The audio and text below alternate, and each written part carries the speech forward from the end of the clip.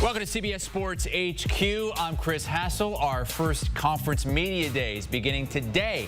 As the Big 12 meets the media, we'll have reports throughout the afternoon from Frisco, Texas.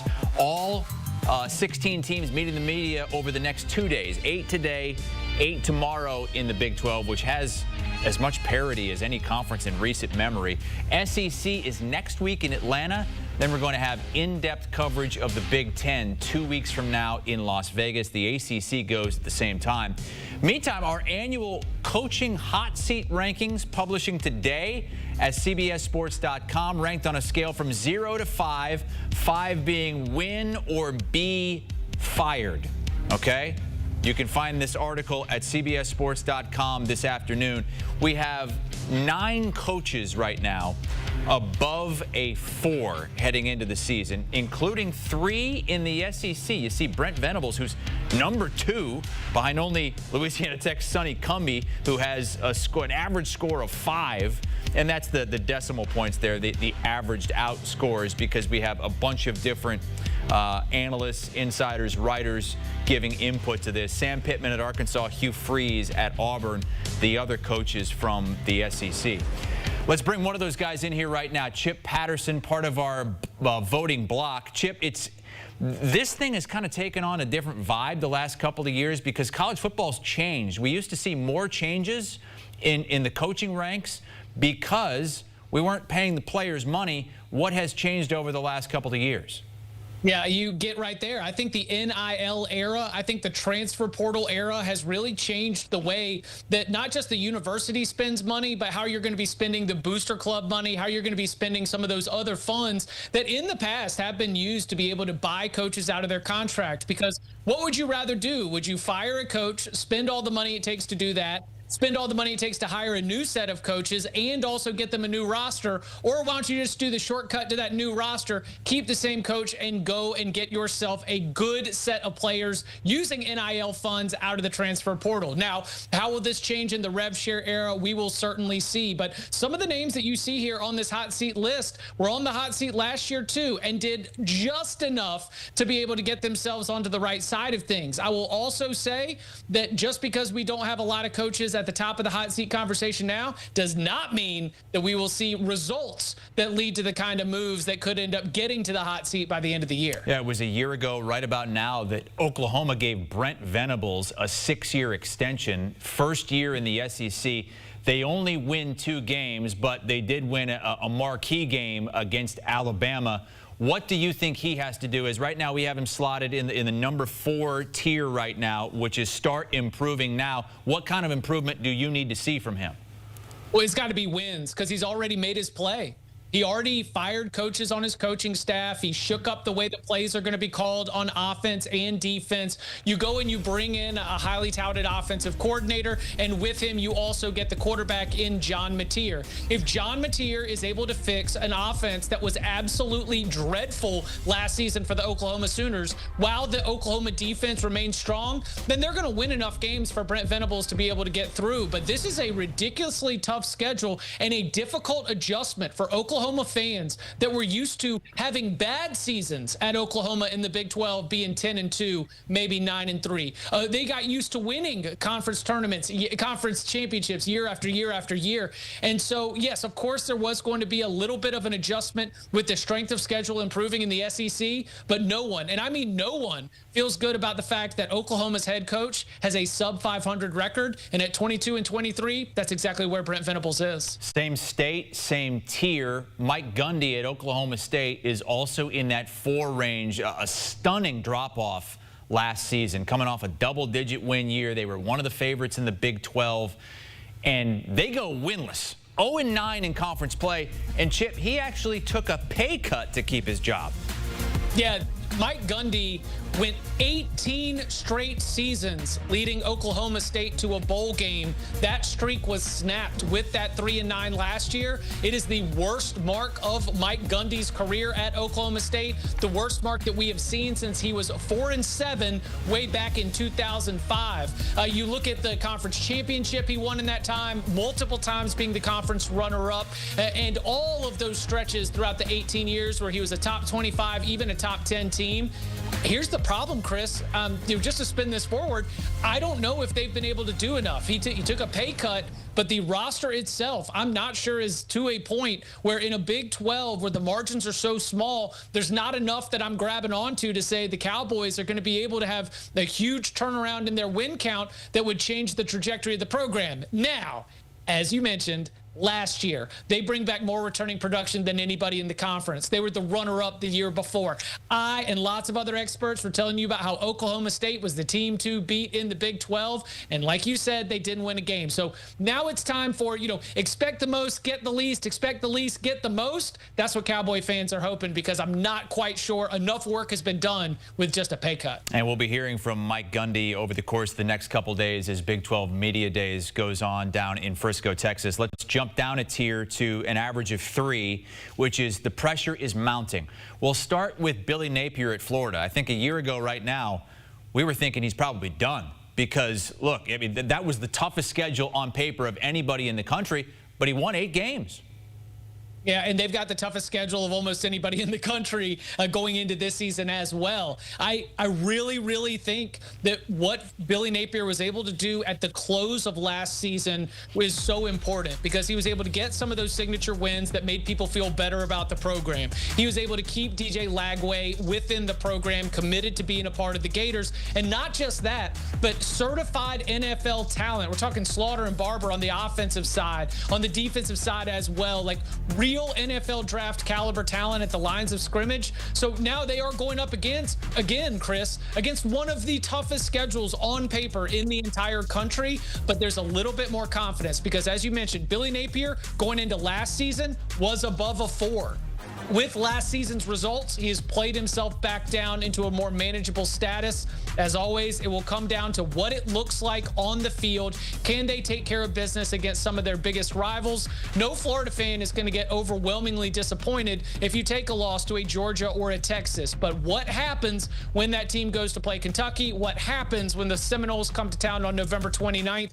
Those will be the games that decide whether this 3 is somewhere in the 3 range, whether that ratchets up to something like really pressure-packed, or whether he just sort of holds steady, which is what my expectation is. Wow, what a brutal stretch. At LSU, at Miami, home against Texas, at Texas A&M, and then a few weeks later you've got Georgia, by the way. Let's move on to Mike Norvell at Florida State. A year ago, he's coming off a 12-0 season. They're sitting there as a top 10 preseason team. They win 2 games last year. Mike Norvell, not at a 4, but at a 3. How uneasy is his situation right now?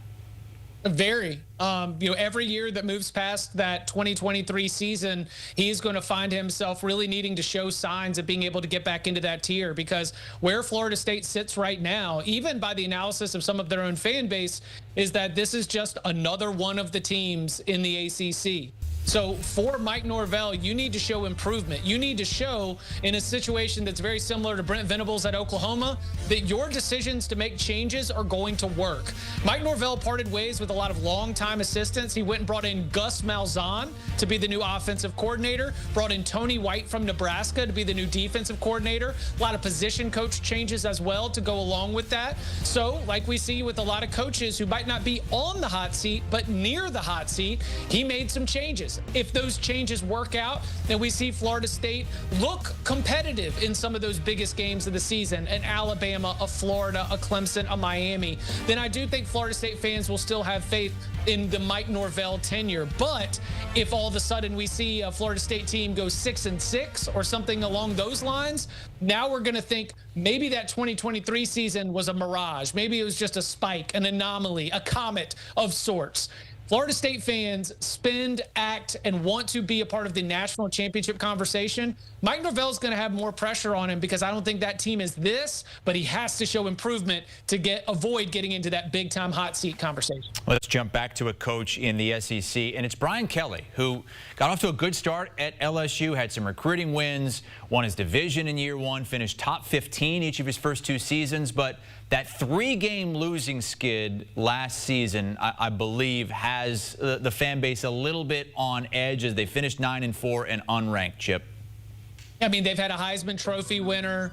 They've had multiple first-round picks at wide receiver. They got more NFL draft talent off last year's offensive line.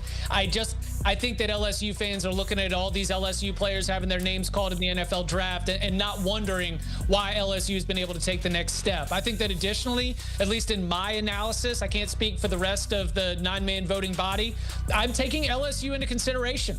The hot seat at LSU is very different than the hot seat at Louisiana or the hot seat at ULM. No, the hot seat at LSU means you're at the same place where they fired head coaches that have won national championships. And so if you're Brian Kelly, you're going to be held to a different standard. You left Notre Dame to take LSU because you believed LSU was a place where you could win at the highest levels.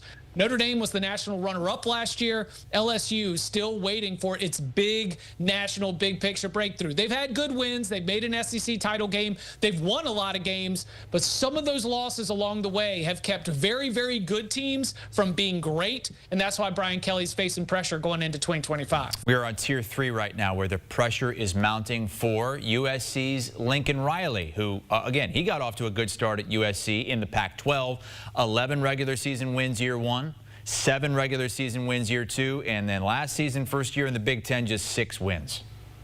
Yeah, Lincoln Riley is no longer walking through college football hallways with magic pixie dust all around him. You know, where we think he's just going to wave his hand and create a Heisman Trophy winner. You know, and that was what we had seen with Oklahoma as an offensive coordinator, Oklahoma as a head coach, all the way to Caleb Williams' great season in year 1 with USC. He is dealing with some very, very big factors in terms of, you know, bringing USC up to date. And that's something that I think a lot of other programs have also done. You know, Steve Sarkisian had to get Texas to a point where it wasn't just cruising by on being Texas. He had to really put the work in to get things changed on an infrastructure type level. And that's what Lincoln Riley is doing. He has continually been tweaking his coaching staff, trying to be able to establish the kind of toughness that they need in the Big Ten. This is a big, big year for the Lincoln Riley, you know, quarterback whisperer, you know, sort of theory, because Jaden Maeva was pretty good. You know, I mean, we saw him throw a lot of touchdowns against Notre Dame. We also saw him throw some pick sixes against Notre Dame. They chose to stick with Jaden Maeva. No, they could have played around in the transfer portal, brought in someone to be competition. That shows me Lincoln Riley believes in Jaden Maeva. And if Jaden Maeva has a big year and if those wide receivers show out, now all of a sudden we're going to start feeling good again about Lincoln Riley as this great quarterback whisperer. But if not, then you're going to go, okay, well, Miller Moss, well, that wasn't all right. Jaden Maeva, that was all right. Or is he really the kind of quarterback whisperer in the modern era that he once was? I think all those things are tied to his strength and his stability as USC's head coach. They do avoid Penn State and Ohio State in the Big Ten regular season. Ohio State's Ryan Day is among 25 or so coaches in your safest range, your untouchable range, but it's interesting to note that he's not among the 10 safest coaches in college football. Despite winning a national championship last year, and Chip, I have to imagine that has a little something to do with the fact that he's lost 4 straight against Michigan. Yeah, Chris. Listen, we agree that there has been no greater pendulum swinging than the hot seat scenario for Ryan Day the day after the flag planting drama loss to Michigan, and then all of a sudden 4 wins later where he is at now. I mean, he went up and down like an EKG meter when it comes to his hot seat scenario, but he is not untouchable, and he is not untouchable because of those losses to the biggest rival they have on the schedule.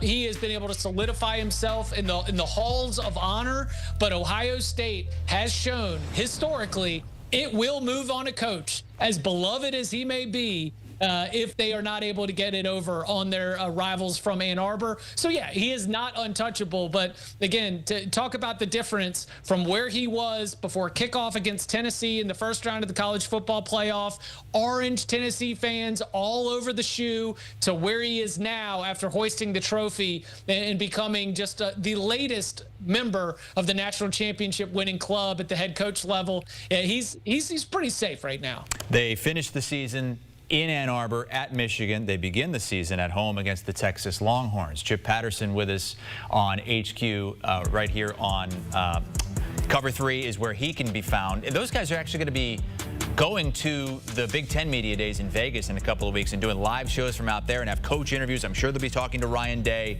The latest episode of the Cover 3 Big 12 Media Days preview. Again, Big 12 Media Days beginning today in Frisco, Texas.